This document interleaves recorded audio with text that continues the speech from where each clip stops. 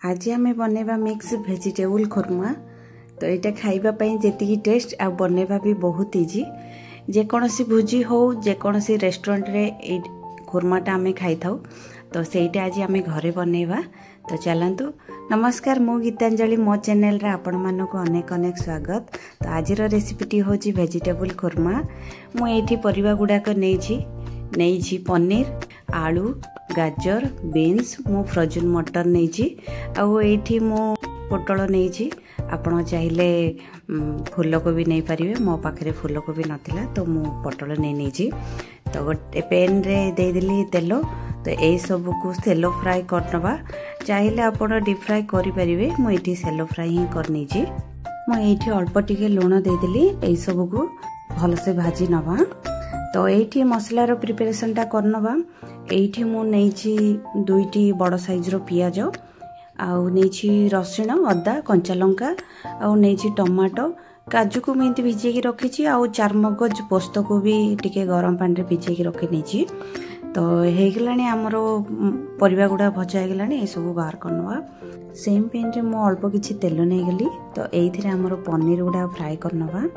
अल्प किछि गोल्डन हैला पर्यंत भाजी नवा।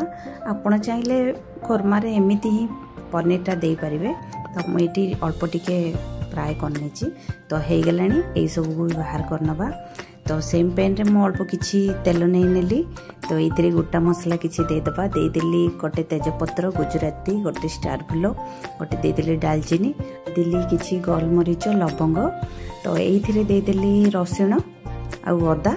यही सब को भी किछि समय भाजी नवा। मु देदेली पियाज गुड़ाक।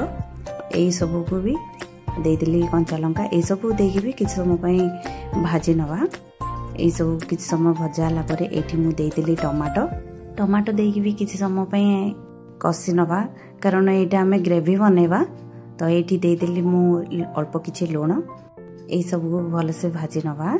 तो ये मु देदेली काजू। काजू देकी भी किछि समय आम एटा को भाजी नवा। ये मु देदेली अल्प किछि पानी देदेली।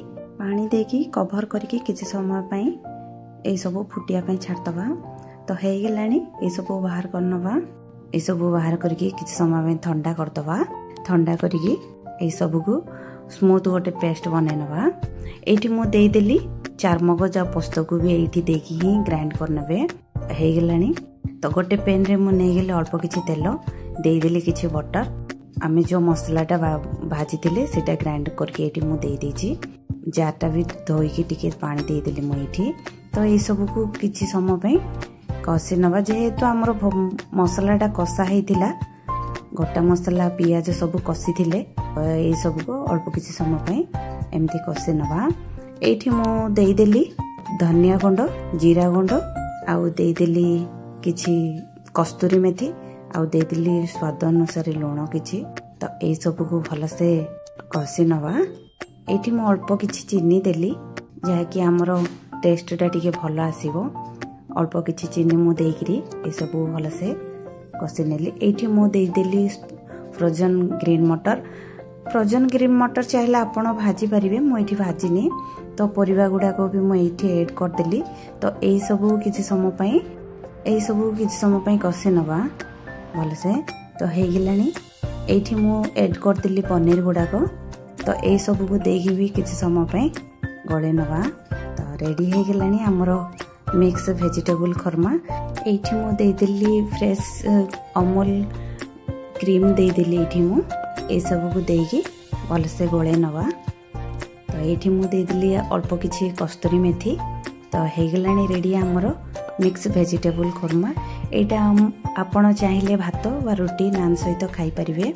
तो खाइबा बहुत टेस्ट बनिबो। मुझे गार्निशिंग दे देछि किछि कैप्सिकम आ टमाटो।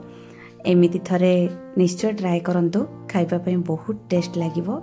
मो चैनल टी भल लगी गोटे लाइक आ गोटे सब्सक्राइब निश्चय करनेबे।